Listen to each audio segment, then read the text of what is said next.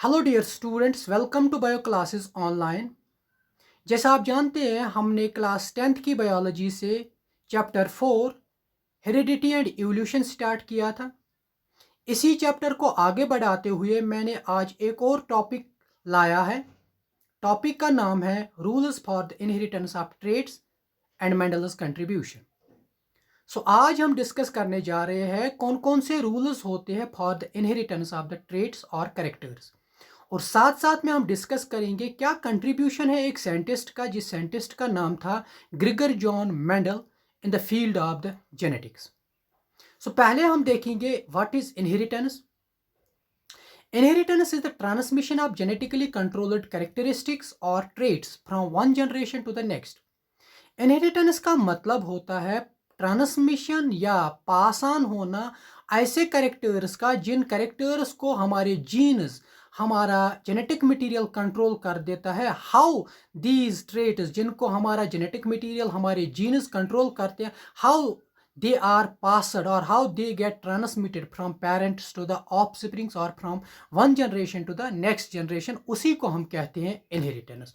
सो इस inheritance of traits और characters का में जो अहम रोल है, वो अहम रोल एक साइंटिस्ट जिसको हम ग्रिगर जॉन मेंडल कहते हैं, और इसी ग्रिगर जॉन मेंडल ने पहली बार सिस्टमैटिक स्टडी की थी पैटर्न ऑफ इनहेरिटेंस का। ग्रिगर जॉन मेंडल ने ही पहली बार सिस्टमैटिक स्टडी की कि किस तरह जेनेटिकली कंट्रोल्ड ट्रेट्स या कैरेक्टर्स पास ऑन हो जाते हैं, ट्रांसमिट हो जाते हैं from parents to the offsprings और from one generation to the another generation. इसने ये स्टडी किया by using the different varieties of the garden pea. Garden pea को हम, हाँ, बॉटनिकल नेम है पाइजम सेटम, जिन पी प्लांट्स को उसने ग्रो कराया था अपने गार्डन में। So we can say Gregor John Mendel was the first scientist to make a scientific systematic study of pattern of inheritance, which involved the transfer of the characteristics from parents to the progeny or offspring. He did this by using different varieties of pea plants, Pisum sativum, which he grew in his garden. In actual sense में ग्रिगर John Mendel एक monastery school में teacher की हैसियत से काम कर रहे थे, जहां पे वो मैथमेटिक्स और साइंस पढ़ा रहे थे, और साथ साथ में उस मोनेस्ट्री के गार्डन को भी ये मेंटेन कर रहा था, और उसी गार्डन में उसने पी प्लांट्स को ग्रो कराया। और इन पी प्लांट्स में उसने डिफरेंट काइंड्स ऑफ वैरायटीज देखे, और उन डिफरेंट काइंड्स ऑफ वैरायटीज को उसने ग्रो कराया, और इन्हीं पी प्लांट्स पे उसने स्टडी की और एक फाइनल कंक्लूजन पे पहुंचा। और उस फाइनल कंक्लूजन ने उसने एक पेपर बनाया, जिस पेपर का नाम उसने दिया एक्सपेरिमेंट्स ऑन प्लांट हाइब्रिडाइजेशन। जिस पेपर को उसने पब्लिश किया एक लोकल जर्नल में, एक लोकल प्रोसीडिंग में, जिसका नाम था नेचुरल हिस्ट्री सोसाइटी ऑफ ब्रुन। क्योंकि ये पब्लिक जो ये जर्नल थी ये लोकल थी, तो उसकी उतनी ये पूरी दुनिया तक ना, इसकी जो मेंडल की जो ये स्टडी थी ये पूरी दुनिया तक ना पहुंची for so many years. In 1900 तीन scientists Hugo de Vries, Carl Correns and Tschermak independently rediscovered the unrecognised work of the Mendel. तो तीन साइंटिस्ट ने 1900 में Hugo de Vries, Carl Correns and Tschermak ने इंडिपेंडेंटली मेंडल ने जो भी study किया था पी प्लांट्स पे उसको रिडिस्कवर किया, और मेंडल्स ने कुछ प्रिंसिपल्स दिए थे इनहेरिटेंस के, जिनको आज हम कहते हैं लॉज ऑफ इनहेरिटेंस और Mendel's laws of inheritance. Mendel को फादर ऑफ जेनेटिक्स भी कहते हैं, क्योंकि ये Mendel was the first scientist जिसका पहला initial contribution था in the field of the genetics. Now the question arises, why Mendel selected the pea plants? Mendel ने क्यों pea plants को ही select किया for his experiments? कोई ना कोई तो reasons होंगे जिन reasons की वजह से उसने pea plants को select किया for his study. So ये question examination में आ जाता है, why did Mendel select garden pea plant Pisum sativum for his experiments? Definitely there are certain reason, जिन रीजन की वजह से मेंडल ने इन्हीं पी प्लांट्स को सिलेक्ट किया फॉर हिज स्टडी।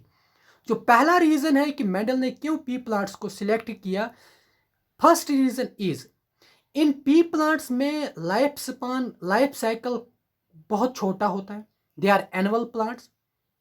सो जब इन पी प्लांट्स में लाइफ साइकिल कम है तो हम स्टडी कर सकते हैं, या मेंडल ने सोचा कि मैं बहुत सारी जनरेशन पी प्लांट्स की जनरेशन को स्टडी कर सकता हूँ for a short period of in A short period of time. So this is one of the reason that these plants have a short life cycle, which makes it possible to study the several generations in a short period of time. Next point, जो next reason जो था, जो Mendel ने क्यों pea plants को select किया, ये P plants these इनको हम आराम से हैंडल कर सकते हैं, मेंटेन कर सकते हैं, रेज कर सकते हैं, कोई भी दिक्कत नहीं है इनको ग्रो करने में, इनको रेज करने में, इनको मेंटेन करने में, उनको हैंडल करने में। So that was the second reason why Mendel selected the pea plant. So it is very easy and convenient to raise, maintain and handle these plants. The third reason why Mendel selected pea plants, P plants में जो flowers होते हैं वो flowers होते हैं bisexual flowers. Bisexual flowers का मतलब हुआ वो फ्लावर्स जिन फ्लावर्स में both male and female reproductive organs होंगे। तो पी प्लांट के जो फ्लावर्स होते हैं उनमें both male as well as female reproductive organs होते हैं, that is stamens as well as carpels या androecium as well as gynoecium एक ही फ्लावर में होता है।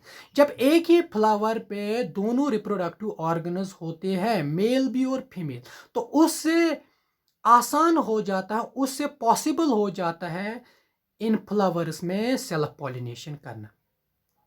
So self pollination was possible in pea plants because these P plants के जो फ्लावर्स होते हैं वो बाइसेक्चुअल फ्लावर्स होते हैं, उनमें दोनों reproductive organs male as well as female reproductive organs होते हैं। So we can say here pea flowers are bisexual, that is the flowers contain both male and female reproductive organs which mature at the same time, दोनों एट ही time mature हो जाते हैं and ensure the self pollination. So इनसे self pollination possible होती है। Next point जो है, नेक्स्ट रीजन जो है why Mendel selected the pea plants is no doubt by means of ये फ्लावर्स, जो पी प्लांट के फ्लावर जो वो बाइसेक्सुअल है, उससे सेल्फ पॉलिनेशन भी पॉसिबल है, लेकिन साथ साथ में इनके रिप्रोडक्टिव ऑर्गन्स बड़े होते हैं और हम इन रिप्रोडक्टिव पी प्लांट के फ्लावर से एंथर्स को रिमूव कर सकते हैं, आर्टिफिशियली हम इनको रिमूव कर सकते हैं before they attain the maturity. Anthers को हम रिमूव कर सकते हैं, एंथर्स को रिमूव कर सकते हो, और जब हम एंथर्स को रिमूव कर सकते हो और डिजायर्ड कैरेक्टर से, डिजायर्ड फ्लावर पी प्लांट के फ्लावर से पोलन ग्रेन्स ले सकते हो और उनको डस्ट कर सकते हैं, हम उनको हम सिटिंग इस फ्लावर, जिस फ्लावर से हमने एंथर्स रिमूव किया उस फ्लावर के स्टिग्मा पे डालेंगे और that is called is the cross pollination. So cross pollination, artificial cross pollination is also possible in the P flowers because this P flowers में लार्ज रिप्रोडक्टिव ऑर्गन्स होते हैं और इन पी फ्लावर से हम anthers को mature होने से पहले ही रिमूव कर सकते हैं और दूसरे प्लांट पी प्लांट के फ्लावर से पोलन ग्रेन्स ले सकते हैं जो डिजायर्ड, जिनमें डिजायर्ड कैरेक्टर्स होंगे उनको हम इस, जिससे हमने पी पोलन ग्रेन्स रिमूव किए उस पे हम उसके फ्लावर के स्टिग्मा पे डालेंगे, तो ऐसी पॉलिनेशन को हम कहते हैं क्रॉस पॉलिनेशन। और ये कब पॉसिबल है, ये कैसे पॉसिबल है, कि पॉसिबल इसलिए कि पी प्लांट के फ्लावर्स में लार्ज रिप्रोडक्टिव ऑर्गन्स होते हैं और इनसे हम एंथर्स को रिमूव कर सकते हैं और removal of the anthers before they attain the maturity is called as an emasculation. So artificial cross pollination or hybridization is possible due to the large reproductive organs. Hybridization could be achieved by removal of the anthers. The process of removal of anthers is called as emasculation. So both self pollination भी possible है और cross pollination भी possible है. These were also the reasons why Mendel selected the pea plant. Next जो fifth reason है, P plant से जो seeds बनते हैं वो कम नहीं बनते हैं, बहुत ही ज़्यादा सीड्स एक पी प्लांट के से निकलते हैं। और जब एक प्लांट से बहुत सारे सीड्स निकलते हैं और उनको हम आगे भी ग्रो कर सकते हैं और उनसे हम एक अथेंटिक एक कंक्लूजन निकाल सकते हैं। अगर कम सीड्स निकलते तो उससे कोई ऑथेंटिक कंक्लूजन नहीं निकल पाता, लेकिन जब पी प्लांट से बहुत सारे सीड्स निकलते हैं तो उनसे एक कंक्लूजन एक अथेंटिक कंक्लूजन निकल सकता है। So this is one of the reason why the Mendel selected the pea plant. So हम सिंपली में कह सकते हैं large number of seeds are producer in a generation, एक जनरेशन में बहुत सारे सीड्स एक पी प्लांट से निकल सकते हैं, which help in driving an authentic conclusion. And the last but not the least reason why Mendel selected the pea plants में different pea plants have distinct and easily detectable contrasting characters। अगर हम different pea plants को ले लेंगे, इनमें easily और अलग अलग और easily जिनको हम डिटेक्ट कर सकते हैं contrasting characters होते हैं। फॉर एग्जाम्पल मेंडल ने जो contrasting characters 7 contrasting characters उसने लिए थे, वो कौन से लिए थे, वो कौन से कैरेक्टर्स लिए थे, और they were the distinct and easily detectable contrasting character. तो पहला जो कैरेक्टर मेंडल ने अंडर कंसिडरेशन लिया था, एक्सपेरिमेंट्स के लिए लिया था, वो लिया था सीड शेप। पी प्लांट्स के जो सीड्स वहां से निकलते हैं, उन सीड्स की शेप कैसी होती है। Seed shape is a character and the seed shape exists in the 2 variants. One is called the dominant trait, another one is called the recessive trait, that we will discuss in the next topics। तो seed shape 2 किस्म की हो सकती है। कुछ seeds P plants के rounded होते हैं, कुछ होते हैं रिंकल्ड। और इसी तरह सीड का कलर भी दो वेरिएंट्स में एग्जिस्ट करता है पी प्लांट्स में। कुछ सीड्स का जो कलर होता है येलो होता है और कुछ सीड्स का कलर ग्रीन होता है। इसी तरह तीसरा जो कैरेक्टर उसने लिया फ्लावर के कलर भी दो वेरिएंट्स में होता है। और कुछ फ्लावर्स पी प्लांट्स के होते हैं वायलेट और पर्पल, और कुछ होते हैं वाइट। इसी तरह एक और कैरेक्टर उसने लिया पॉड शेप। फ्लावर का जो पॉड जिसके अंदर सीड्स होते हैं उसकी शेप को भी उसने कंसिडर किया। कुछ पॉड्स की शेप इन्फ्लेटेड होती है, कुछ पॉड्स की शेप कंस्ट्रिक्टेड होती है, बीच में कंस्ट्रक्शंस होते हैं। इसी तरह पॉड कलर भी लिया। कुछ पॉड्स का कलर ग्रीन होता है पी प्लांट्स के पॉड्स का, कुछ पॉड्स का कलर येलो होता है। एक और कैरेक्टर जो उसने कंसिडरेशन में लिया that is the flower position. Flowers की पोजीशन कहाँ पे होती है। कुछ फ्लावर्स अराइज हो जाते हैं पी प्लांट के टर्म एक्शल साइड में। अगर ये पी प्लांट है यहाँ पे एक्शल में निकलता है फ्लावर। अगर कुछ पी प्लांट्स के फ्लावर टर्मिनल पोजीशन यहाँ पे निकलते हैं।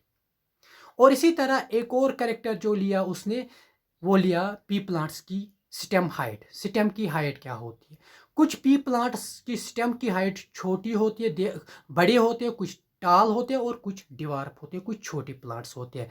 अगर आपको यहाँ से भी नहीं समझ आया हो तो मैंने एक डायग्रामेटिकली भी दिखाया है। यहाँ पे आप देख लीजिए सीड शेप कुछ राउंडेड होते हैं, कुछ रिंकल्ड होते हैं। सीड कलर के हम कुछ येलो होते हैं, कुछ सीड्स पी प्लांट्स के कुछ ग्रीन होते हैं। पॉड शेप कुछ इन्फ्लेटेड होते हैं या कुछ कॉन्स्ट्रिक्टेड होते हैं, बीच में कॉन्स्ट्रिक्शन होती है पॉड्स में। पॉड कलर की हम देखेंगे, कुछ पॉड्स का जो पी प्लांट्स के पॉड्स होते हैं वो ग्रीन होते हैं और कुछ येलो होते हैं।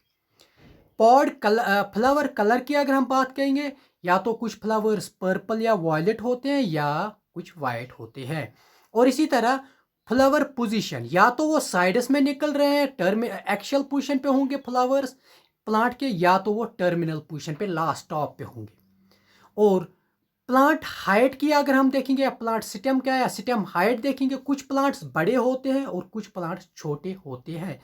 और जो ऊपर मैंने दिखाए यहाँ पे round yellow inflated green purple axial and tall, they are called the dominant traits, and जो नीचे वाले मैंने दिखाए they are called the recessive traits. So in the next part we will continue this chapter. uh, Till then, subscribe and share Bio Classes Online by Ashok Hussain. Thank you.